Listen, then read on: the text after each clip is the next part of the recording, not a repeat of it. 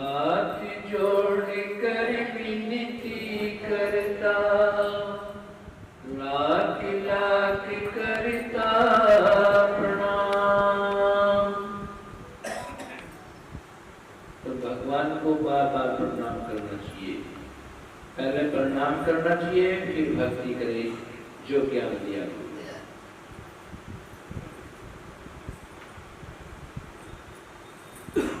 और ये भी बता कि परमात्मा के दर्शन में गुरु करा सकते हैं जिसने परमात्मा के दर्शन कर लिए।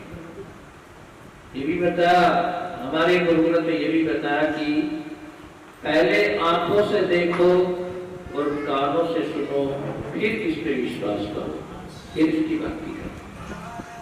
फिर हमने जो गुरु ने ज्ञान दिया, बस उस नाम पे हमने भगवान को देख लिया, पर देख के भी फिर मन नहीं भरा। क्यों? देखने से क्या होता है? कुछ नहीं होता। पर जो मेहनत बताई गुरु महाराज ने, वह मेहनत करी और हम निरंकार में मिल गए। तो देख के बड़ी खुशी हुई और मेहनत करके उससे भी बड़ी खुशी हुई। हमने खूब देखा है। और बात जब हम भजन भक्ति करते हैं तो निरंकार के अंदर भक्ति करते हैं बैठकर। तो सभी भक्तों को यही बताया जाता है कि आनंद से आगे कोई तर्क है ही नहीं। और मजा अलग चीज है, मजा तो एक अलग चीज है। मजा तो एक ऐसा है, भाई आम खाया तो बहुत बड़ा मजा आया, और देखने का अलग मजा है। जब खाया तो उसका अलग मजा जाता है कि हाँ भाई ये आम है, कितना मीठा है। वो खाने वाला ही बताएगा कि कितना मीठा है, देखने वाला नहीं बताएगा। तो इसीलिए बता कि भाई परमात्मा को देख लो और देख के इसकी भक्ति करो और इसी में ही लीन हो जाओगे। पूरे गुरु की शरण में आओ, तन मन धन का छोड़ो मान, तन मन धन का छोड़ो मान। जिस दाता को ढूंढ रहे हो, अक्षर में देखो वे भगवान, अक्षर में देखो भगवान में। नुका पंच भग्न में मालिक के दर्शन हो, पर कैसे होंगे? हलवा पूरी बांटने से नहीं, लड्डू पेड़े बांटने से नहीं, ये भाव से दर्शन होते हैं और भाव से ही गुरु के चरण में झुकते हैं। जिसने गुरु के दर्शन कर लिए उसने परमात्मा के दर्शन कर लिए, और जिसने गुरु के भी दर्शन नहीं किए उससे परमात्मा के भी दर्शन करने नहीं होते हैं। उसे परमात्मा के भी दर्शन नहीं होते, भला ही वो भाषण दियो जा, कुछ भी दियो जा। पढ़े लिखे वैसे से महात्मा लोग हैं, 2 मिनट में बेवकूफ बनाते हैं, लेकिन हम इस चीज को मानते नहीं है। जो हजारों लाखों करोड़ों आदमियों को नाम दे रहे हैं तो उन्हें विश्वास दिख जाता है, चाहे वो कुछ ही हो। अब हमारा मन जब भी तो मानेगा जब हम उसको देख लेंगे, जब भी तो हम उसकी भजन पूजा करेंगे। जब देखा ही नहीं, किसकी पूजा कराएंगे, किसकी नहीं कराएंगे। इसलिए देखो, हमने तो परमात्मा को देखा है और दिखाया भी है। मैं कहता हूँ राम मिला है, मैं कहता हूँ राम मिला है, जब इसको पर माने ना, अपनी बात है छल नहीं कोई, जब इसको माने ना। नुका कोई माने या ना माने, हमारी बात सच है कि हमने परमात्मा के दर्शन करे और खुले दर्शन करे, और अब भी बैठे तो हम परमात्मा के अंदर बैठे हैं और परमात्मा हमारे अंदर बैठा है। जब हम ऐसे भाव से गुरु के दर्शन करेंगे तो गुरु के अंदर ही निराकार परमात्मा बैठा है। इसको देखना है।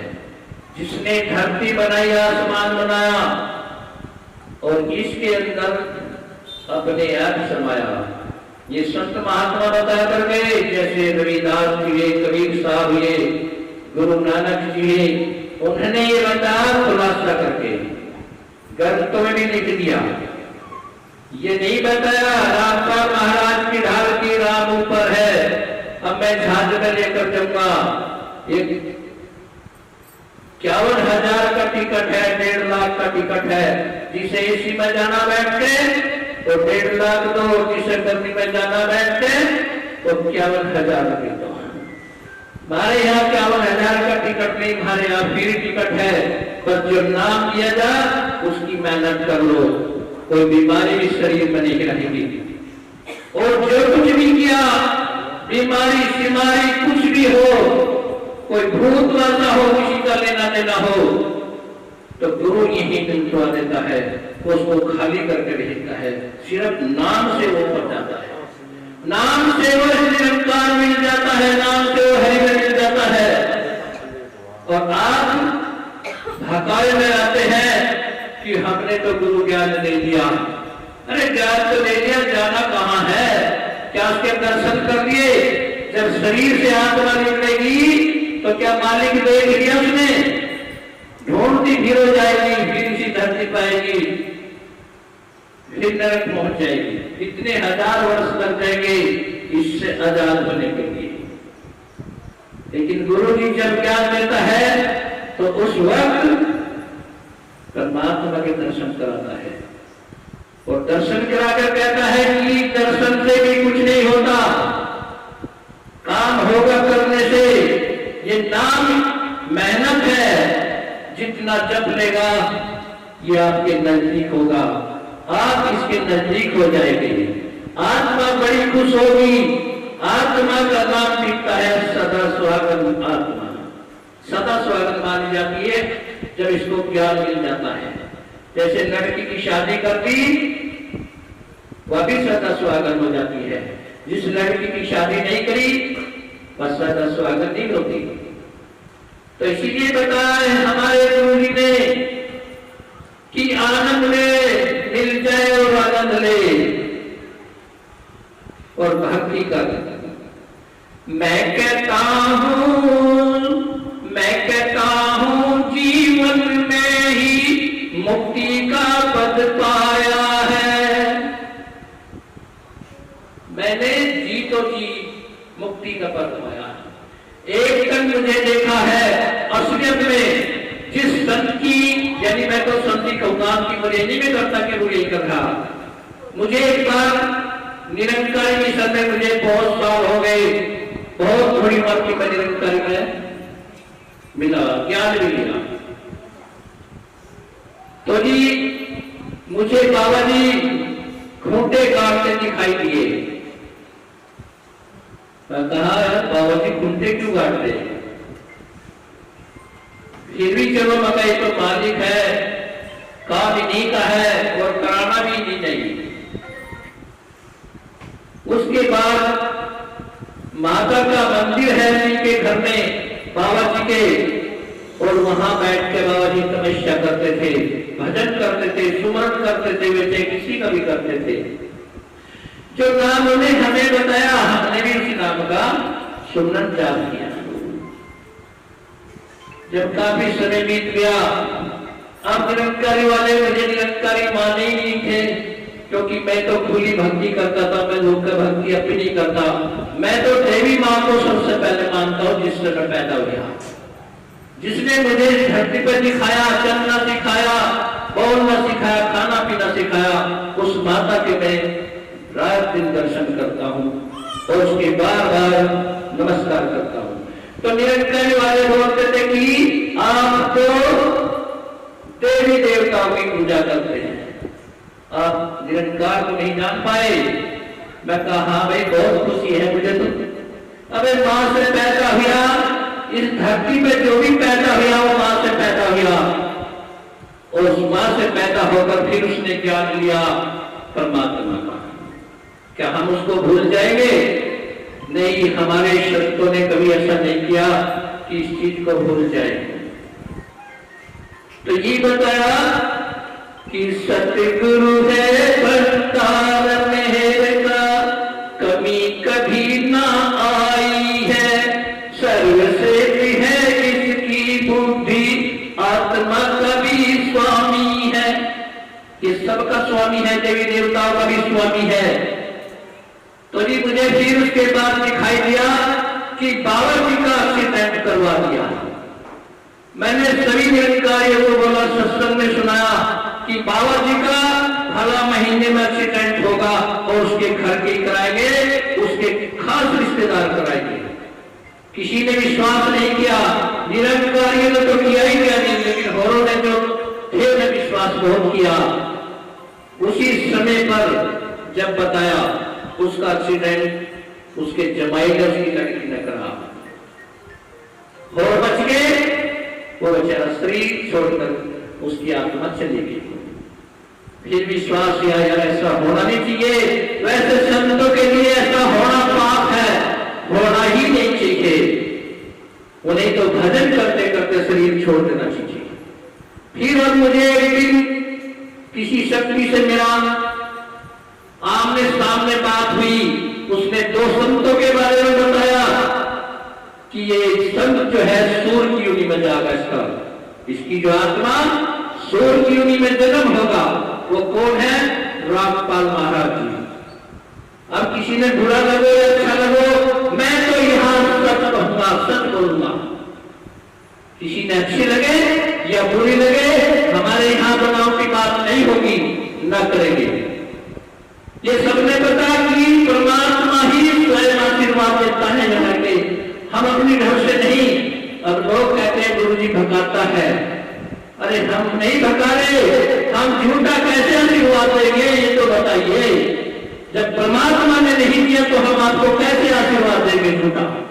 जब वो दे देगा तो हम जोर जोर चिल्ला कर कहेंगे कोई ताकत नहीं, किसी देवता में भी ताकत नहीं जिस आशीर्वाद को काट देगा। तब जल्दबाजी हो जाती है, फिर बदनाम करना शुरू कर देते हैं। पर कोई बात नहीं है, वो बदनाम ठीक है, वो भी बहुत अच्छा आदमी है जो बदनाम करता है। मैं तो उसका 1000 बार नाम लूंगा जो बदनाम करता है, क्योंकि आम आदमी तो कभी दवा ले लिया 2 दिन में 4 दिन तक भैया आगे तो बुरा नहीं हुई, लेकिन बुराई करने वाले को तो बात होगी नहीं आपकी मेरे बारे में बुराई करने की सोचता रहता है। लेकिन हम ऐसा नहीं सोचते, हमने तो मालिक में रहना है और खुश रहना है, किसी से क्या लेना है क्या देना है।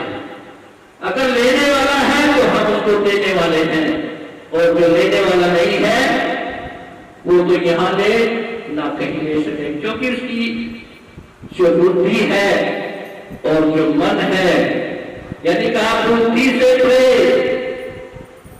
मन से परे बुद्धि और बुद्धि से परे आत्मा। जो बुद्धि से सोचेगा उसका कल्याण जल्दी होएगा, और जो मन से सोचेगा, मन तो ये पता नहीं कि प्यार में उलझा दे या प्रेम में उलझा दे। और हर जगह प्रेम कम है, प्यार ज्यादा है, और प्यार में उलझने वालों को नजर प्यार की आएगी, चाहे वो संत है या कुछ भी है, यार चलो बहुत प्यार है कैसे? अरे प्यार नहीं, हमें प्रेम है परमात्मा से जो तेरे अंदर बैठा है, हम उससे प्रेम करते हैं, तेरे से नहीं करते। तेरे शरीर का तो हम कुछ नहीं जरूरत है, कोई कीमत ही नहीं इसकी। जब हमारा मालिक इससे निकल जाएगा तो देखे कौन इससे प्यार करेगा? कोई नहीं करता। प्रेम है तो परमात्मा से ही होता है। हमारा भाव है तो प्यार है, सब कुछ परमात्मा से ही है। हमारे यहां हलवा कचौरी नहीं चढ़ रही, हम भाव से परमात्मा को मानते हैं, प्रेम से, भाव से, सम्मान से हम गुरु गति को नमस्कार करते हैं। और ऐसा सोचकर अगर गुरु गति में नमस्कार करेंगे तो सच्चिदानंद दिखाई देगा, यानी हरि दिखाई देगा। और उसके अंदर ये भाव है झुक ले क्या है कर रहे पर डीसी कर दे, वो एक बैठे कहीं काम हो जाए उसका। लेकिन हमने कभी भी किसी भी जगह गए तो अपने गुरु के दर्शन उसी गुरु में पाए। ये संतों ने भी बताया, हमारे रविदास ने भी बताया। हम आज भी रविदास का नाम सुमरन करते हैं, लेकिन हमें खुले दर्शन हो जाते हैं, हमें आशीर्वाद जो देता है खुला मिलता है। एक महात्मा के बारे में हो बताया, और उस महात्मा का तो कल्याण ही हो गया बेचारे का। तो हमें किसी से झूठ थपाल बोलकर क्या लेना, झूठ बोलना तो जनता सिखाती है ना कि बस गुरु जी दे दे आशीर्वाद, बस गुरु जी दे दे आशीर्वाद, 3 सुपार आली मैं 2 सुपार आली। अरे नहीं, लगन कर मस्त हो जा, और मस्त होने का तजर्बा फिर लिए कि मेरे क्या रोग है और क्या मेरे अंदर बीमारी है। फिर बताइए, लोग जो यहां से गए दुखी होकर फिर यहाँ आए, हमारे लिए फिर भी वे भगवान रूप है कि परमात्मा का रूप हमारे सामने खड़ा है, हम उसको हाथ जोड़कर नमस्कार करते हैं। तो शासक जी, अब समय भी बहुत हो गया, क्योंकि सत्संग आज इतना बढ़िया है कि ऐसा आशीर्वाद पता नहीं कौन से भक्त को मिल जाए, कौन से भक्त के अंदर लालसा है कि मैं भी मालिक के दर्शन करूं। ये आंखें जो दी है, किसने दी कि ये आंखों से परमात्मा को देख ले, और पैर जो दिए ये सत्संग में जाने के लिए दिए, सेवा करने के लिए दिए, अपने परिवार के सुख के लिए दिए। ये ऐसे नहीं है बाजे बाजे अपनी शासु की भी सेवा नहीं करती। कर्म खराब है, भक्ति कितनी कर ले, माला खोल रखता ले, इनसे कुछ नहीं होता। किसी का सुधार आज तक ना तो महात्मा का हुआ और नहीं जिनको उन्हें नाम दिया उनका हुआ, इनसे नहीं होता। जब भाव मुकाबल होने में भाव में हूं, मैं भाव में हूं, मैं सम्मान में हूं। आप जैसे एक बार भाव तो करके देखो, सम्मान तो करके देखो, एक बार झुक के अर्जी लगाकर तो देखो भाव से कि मैं स्वयं परमात्मा को अर्जी लगा रही हूं। इस गुरु जी के अंदर परमात्मा विराजमान है।